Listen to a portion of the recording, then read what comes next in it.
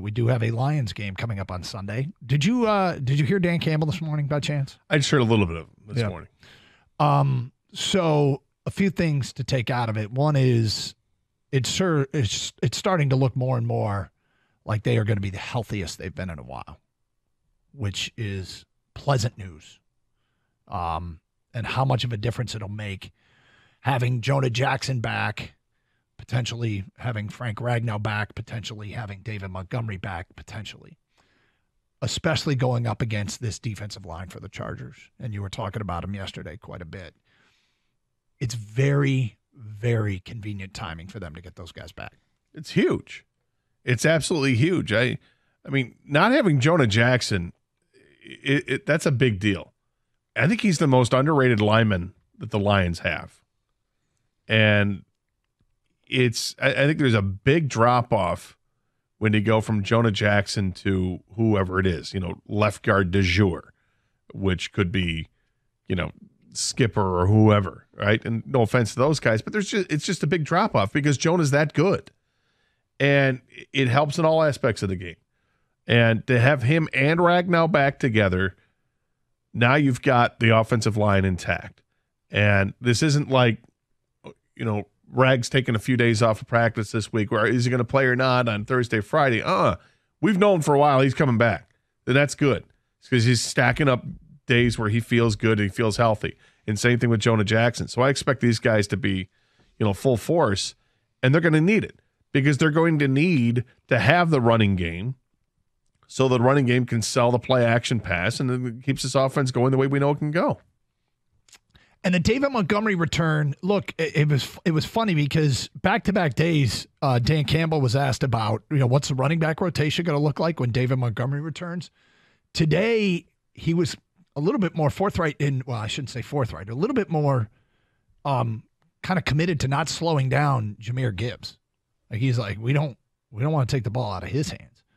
But back to there were 8 sacks of Zach Wilson on Monday night.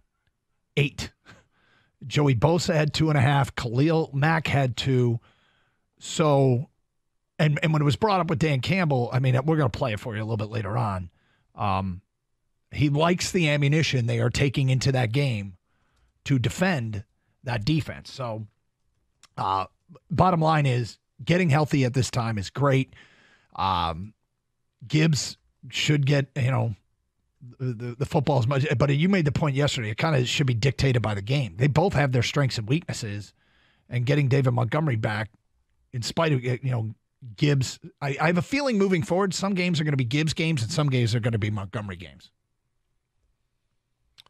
Yeah, and look, they're both integral to the success of this team.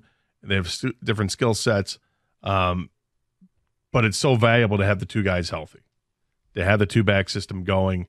It was nice that it had a different look to it when Gibbs was the feature back and Craig Reynolds was able to play just fine.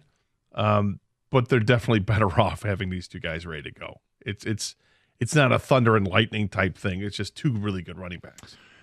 I have teams that I have a weakness for that I think are better than the facts ever dictate that they are. In college football this year, it is Maryland. I keep going back to that well, and I keep getting burned. And in the NFL, it's the Chargers.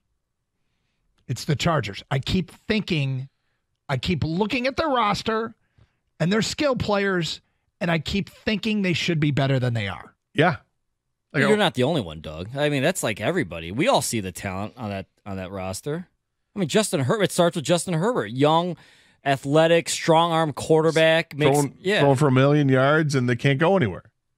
They got receivers. They got Austin Eckler, really good running back, and they're not going anywhere. They got the leading receiver in Chargers history in Keenan Allen. Now think about that. This is a franchise that set the standard for throwing the football back in the 80s with Eric Coryell and John Jefferson and Charlie Joyner and Kellen Winslow and Wes Chandler and all that. They had Anthony Miller back in the 90s who was an outstanding receiver. And it's this guy, Keenan Allen, who's the all-time leading receiver. And, oh, by the way, they have Mike Williams, too. And they can't – and Quentin Johnson, and they can't win. They haven't beaten a good team this year. I mean, the best team they've beaten is Minnesota. And when they did have Kirk Cousins, they did have Justin Jefferson, and Minnesota, that dropped Minnesota to 0-3. So I think you can make their victories are over Minnesota, Vegas, Chicago, and the Jets. The good teams they played, Kansas City, lost to them. Dallas, lost to them. Miami, lost to them. And so I just feel like they are the epitome of a team that is slightly above average. I picked them to go to the Super Bowl. Well, based on talent, they're underachievers. 100% they are. And like, here's the thing, though, I would caution. Of course, I expect the Lions to win. But if you give, like, the Ravens game, Lamar Jackson had all day, right? He moved around a little bit in the pocket, but he was able to pick them apart. If you give Justin Herbert time, he's got more weapons than the Ravens do. You mentioned Austin Eckler and Keenan Allen. They have Gerald Everett's a good tight end as well. He'll pick you apart as well. So the Lions better be ready. So we're all talking about how they're getting healthier on the offensive line and everything like that, and Montgomery coming back. The defense better be ready to play, because even though they've underachieved the Chargers, they have the capability to put up a ton of points. So you don't want to get railroaded here. You want to, and the good thing about the offensive line getting healthier is hopefully you have some first downs in the first 3 or 4 drives, which they did not have in Baltimore. 3 and out, 3 and out, 3 and out. They're going to need, hey, help the defense out a little bit, right? Yep. Run the ball, get a first down, keep Herbert off the field.